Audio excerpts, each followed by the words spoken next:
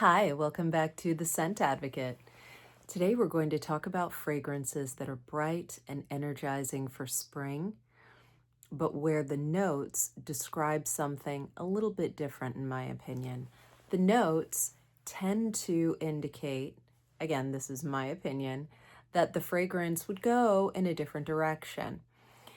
My reality is much different. For me, regardless of what the notes are, these fragrances are just what I described: bright, energizing. They give me a lift, perfect for springtime. And I'll describe exactly what I think those springtime scenarios are, what these fragrances say to me.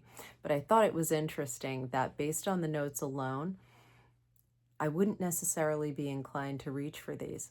My experience is much different. Let's jump right in. The first fragrance I want to talk about is 1969 by Histories de Parfums.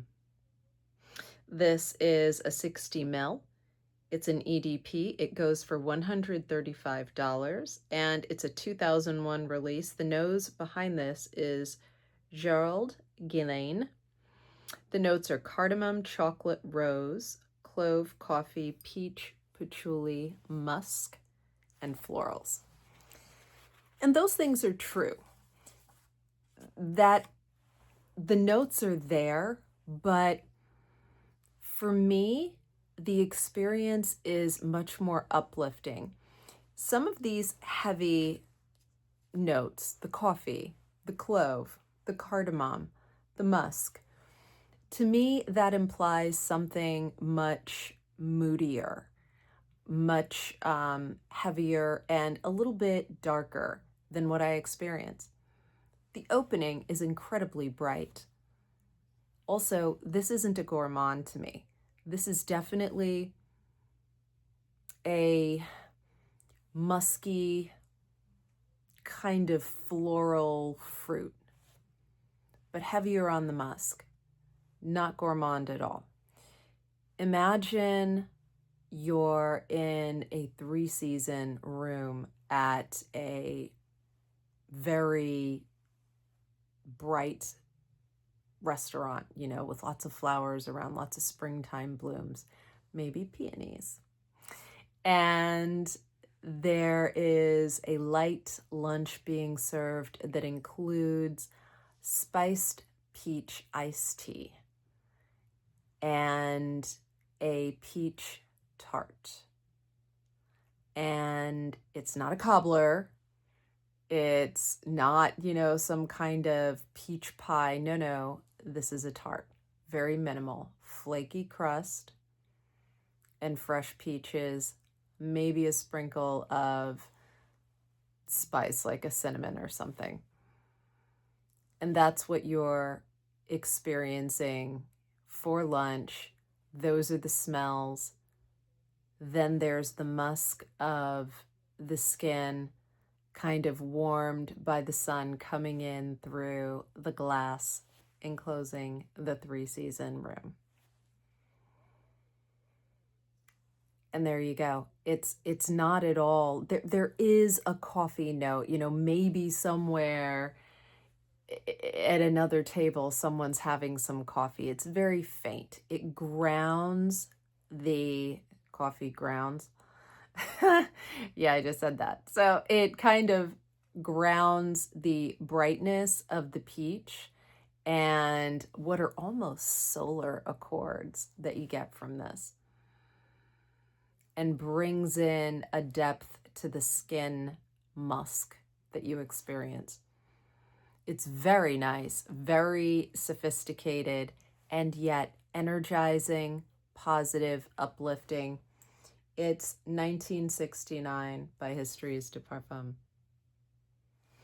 Moving on, we have, you probably saw this one coming.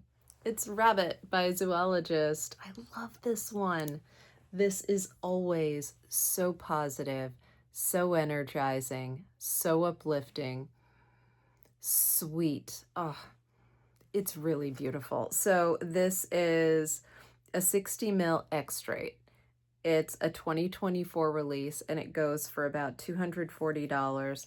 It's vegetal. It's got some cinnamon, carrot, um, beautiful clover, um, citrus, apple, patchouli, musk, hay, almond, vanilla, biscuits.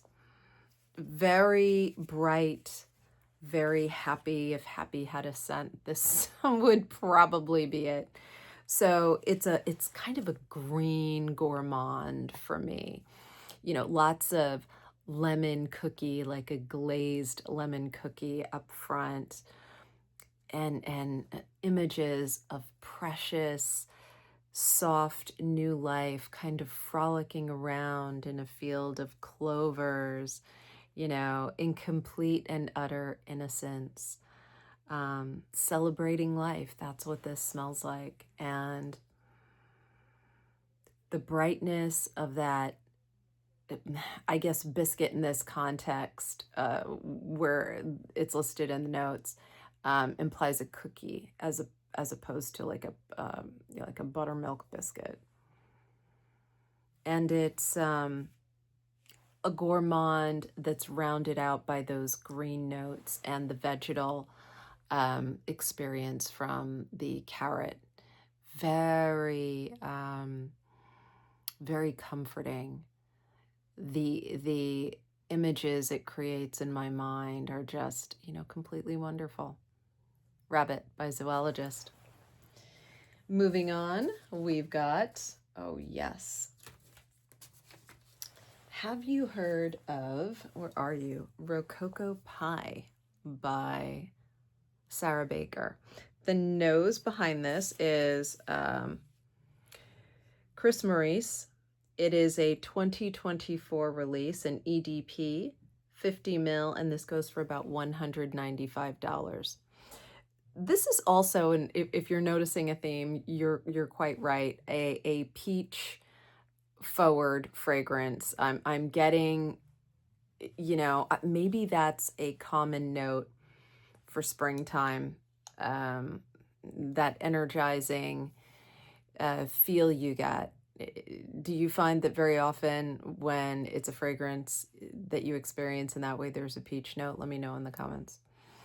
So peach pie, tangerine, coconut, walnut, jasmine, amber, sandalwood, milk, vanilla ice cream, and musk. Okay. Yeah. It's a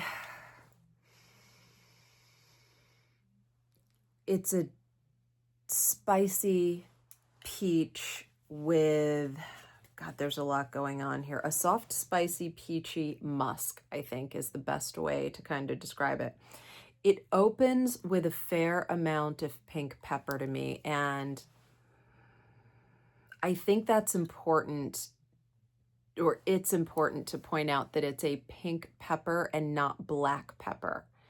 Pink pepper has more of a fruity accord than black pepper, which can be a little sharper to me. There's definitely a difference, and that is really obvious in this. Very often I see in descriptions of fragrance as pink pepper, but I can't really distinguish pink from black, or I don't get it at all. In this, I definitely get it. And what's interesting, especially, and this is what I was talking about in the opening, that isn't part of the notes listed. There's no pepper. Now there's tangerine, which I think can give a kind of acrid,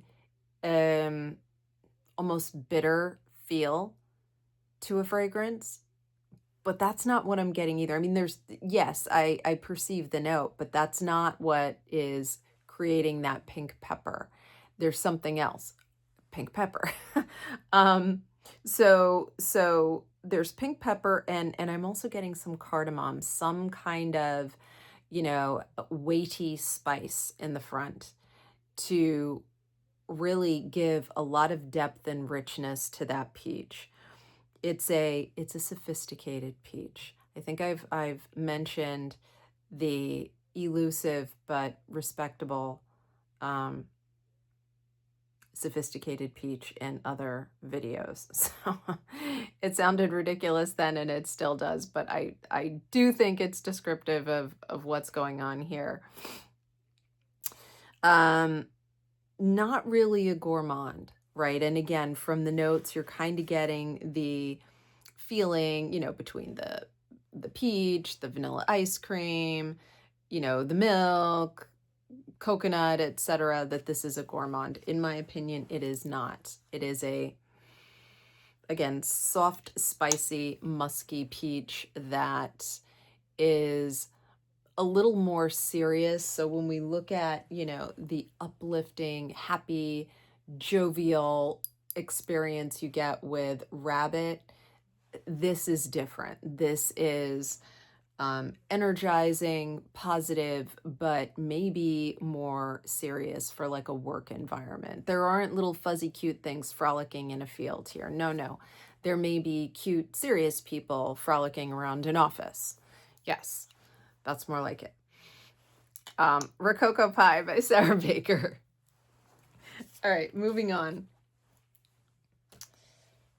Where are you? Dama Bianca. I have a 30 ml. By Xerjoff from the Casamorati line. This is a 30 ml. It's $130 approximately for this. You might be able to get it a little bit less on various discount sites. This is an EDP and it is a 2012 release. I had no idea it is from 2012. So the notes in this are lime, kumquat, iris, jasmine, lily of the valley, violet, lilac, sandalwood, cedar, vanilla, amber, musk, and malt. I don't get malt. I haven't smelled a whole lot of malt, but when I have, it's been a gourmand type experience or like a beer. Malt for me falls into one of those two categories, and I'm not. Maybe. All right. Yeah. Here we go. Discovering this right in front of you. Maybe a slight nod in the direction of a Weisse beer. Yeah. A light summer beer. Yeah. Wow. I'm just now getting it. Incredible stuff, right? Isn't fragrance amazing? So I would call this a serious fruit with a fair amount of florals, which, as I always mention, florals, they don't do great on me, which is why I went with a smaller bottle for this. I absolutely adore it. When I finish it up, I will move on to a larger bottle. If you like La Danza della Libellule, it is leaning in that direction, that bright, happy, and yet very sophisticated fruit meets a little bit of floral. This is similar. If you like one, you'll probably like the other. It's not too nonchalant. It's structured. It's composed, a little bit formal. Think of a young professional who is experiencing the profession chosen early on in a career. And the person's excited to get up in the morning, just raring to go, getting in extra early to start the day. And all the person sees is just the positive, experiencing life as that professional in the very beginning. And it doesn't have to be any specific profession. This could be, someone who's excited about any new job. That's where I see this kind of being a fitting fragrance. It's very energizing, very positive. It gives you the lift you're feeling, right? And it carries it throughout the day. And just when you're starting to drag a little because, the realities of work start to creep into your day, you give yourself another spritz of this, not because you need it, because this is very, very strong stuff, but because you want it to kind of reset that energy that you had at the beginning of the day. Dama Bianca by Xerjoff. All right, moving on, we have, where is it? Peau de Pêche by Keiko Mecheri. This is a 100 ml EDP. It goes for about $165, and this is a 2000 release. I did not realize that. The nose behind this, noses, are Jan Vosnier, and Keiko Mecheri. The notes in this are amberwood, orris, sandalwood, and peach. Yes, but I get a, wow, this is so pretty, a tart peach offset by orris and sandalwood and musk. We talk about, your skin, but better. This is, I guess, leaning in that direction. So it's what I would call like a naked scent. I don't really care for your skin, but better. Nothing wrong with it. It's not my phrase. But it's an ambitious naked fragrance. It's got a bit more energy and lift to it rather than a true, naked version of you. This has a classic quality to it. The peach is there and it's tart, but it's rounded out by the softness of the orris, and the musk is you kind of melding with it. This is beautiful. It's an easy reach. I don't know why everyone isn't talking about this. I just don't get it. It's spectacular. It's got also like a watery, a fresh, aquatic feel, but not in a soapy way, not at all. It's just got, that fresh, like a mountain, crisp river smell. Not mossy, not gamey or anything like that. It's just, if water had a smell, it would be a note in here. Really beautiful stuff. Peau de Pêche by Keiko Mecheri. Next, we have, oh, I love this one, and I also don't hear much talk about it. It is Fragola Salata by Hilde Soliani. This is 100 ml. It goes for about $185. It's an EDP, and it is a 2008 release. The notes in this are very, very simple. It is strawberries and salt, but there's much, much more going on here. So this is a young, tart strawberry, mellowed by iris. Again, the notes say one thing, my experience is different. It's refreshing, it's light, it's soft, even though it's a young, juicy strawberry. It's got a levity to it, and it feels as approachable as a body splash, but it is not. This has really good sillage, and it's got a very respectable longevity. I respray this because I want to, not because I need to. And that can be a problem with this one for me because I will overdo it. It reads so light and fresh to me that I forget I'm not wearing a body splash. Now, it doesn't come across as, this is going to sound terrible, some body splashes, especially fruity ones, can feel a little bit cheap. And and not serious. This is a serious fragrance.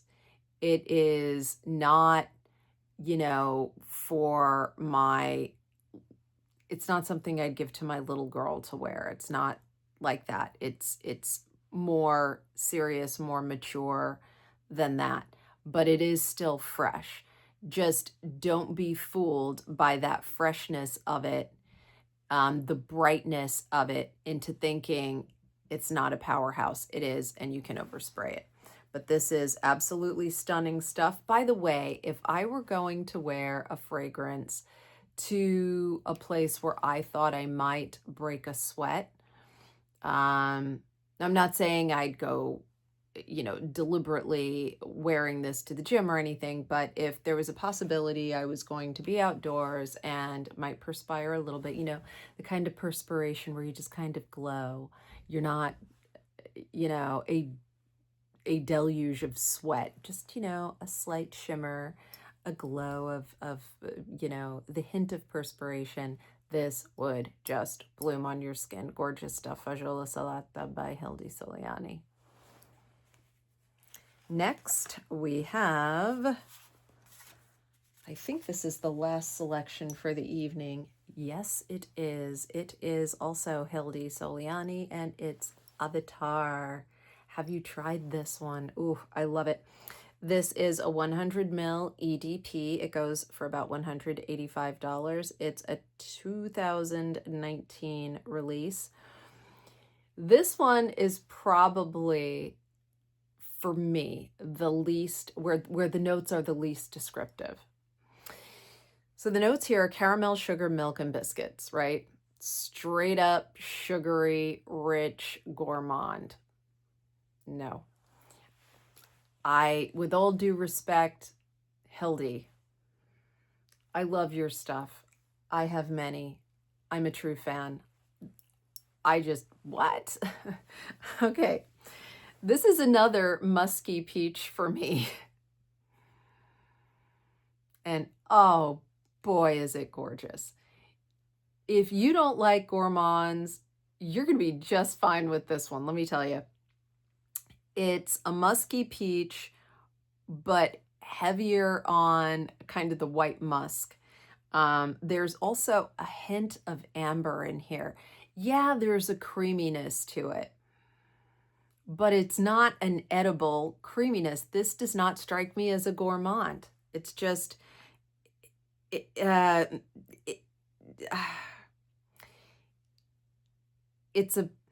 ambery musk, a creamy ambery musk with a peach backbone. This is so beautiful, so promising, so optimistic. And the warmth of the amber gives you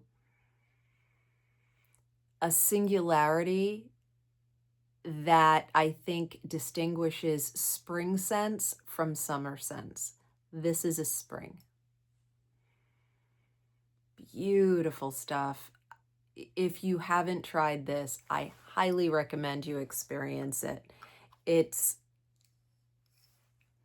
spring expressed in a whole new way. It's peach expressed in a whole new way. I didn't mean for this video to be about peach, by the way, but that was a theme that I noticed as I was preparing for the video. Do you find that peach, and I think I asked this in the opening, but I want to reiterate, do you find that peach is a staple in these bright, uplifting types of spring scents, the energizing ones? Let me know what you think. Let me also know whether, the difference between something like this and this versus, this and this. How do you feel about that? Like, do you feel they're equally energizing when these are much brighter, I think a little bit more citrus forward, and these are more muted, musky fruits? Let me know in the comments. And if you enjoyed the video, please give me a like. If you aren't yet a subscriber, please consider subscribing. And to those of you who have subscribed, thank you so, so much. I so enjoy reading your comments. Please keep them coming. And I'll see you in the next one. Bye-bye.